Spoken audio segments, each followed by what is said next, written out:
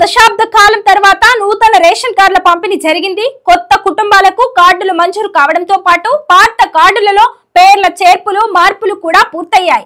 ఈ కొత్త లబ్ధిదారులతో సహా పాత కార్డుదారులు కూడా ఇకపై ప్రభుత్వం సరఫరా చేసే సన్నబియ్యాన్ని స్వీకరిస్తున్నారు. ఈ నేపథ్యంలో లబ్ధిదారులకు మల్టీపర్పస్ సంచుల్లో బియ్యం అందించేందుకు ప్రభుత్వం ఒక బృహత్తర కార్యక్రమానికి శ్రీకారం చుట్టింది. తెలంగాణ ప్రభుత్వం ప్రవేశపెట్టిన ఈ కొత్త విధానంలో భాగంగా ప్రతి లబ్ధిదారునికి 6 కిలోల బియ్యం పట్టే విధంగా ప్రత్యేకంగా డిజైన్ చేసిన సంచులను అక్టోబర్ నెల బియ్యంతో పాటు పంపిణీ చేయాలని నిర్ణయించారు. ఈ సంచులను ముఖ్యమంత్రి రేవంత్ రెడ్డి ప్రభుత్వం కేవలం బియ్యం కోసం మాత్రమే కాకుండా ప్రజలు కూరగాయలు, సరుకులు లేదా ఇతర వస్తువుల రవాణాకు కూడా వాడుకునేలా మల్టీపర్పస్ రూపొందించింది. ఈ సంచులు ప్లాస్టిక్ వాడకాన్ని తగ్గించేందుకు పర్యావరణ హితంగా ఎక్కువ కాలం మన్నికగా ఉండేలా ప్రత్యేక శ్రద్ధ తీసుకొని తయారు చేశారు. వీటిని ఇప్పటికే అన్ని జిల్లా కేంద్రాలకు చేర్చగా సివిల్ సప్లై శాఖ అధికారులు మండలాల స్టాక్ పాయింట్లకు కూడా సరఫరా చేశారు.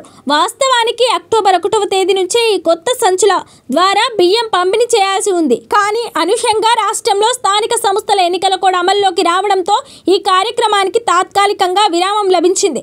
ఈ సంచులపై 3 రంగులు, ముఖ్యమంత్రి రేవంత్ రెడ్డి, మంత్రి ఉత్తమ్ కుమార్ రెడ్డి ఫోటోలతో పాటు ప్రభుత్వ 6 గ్యారంటీలకు సంబంధించిన లోగో కూడా ముద్రించారు.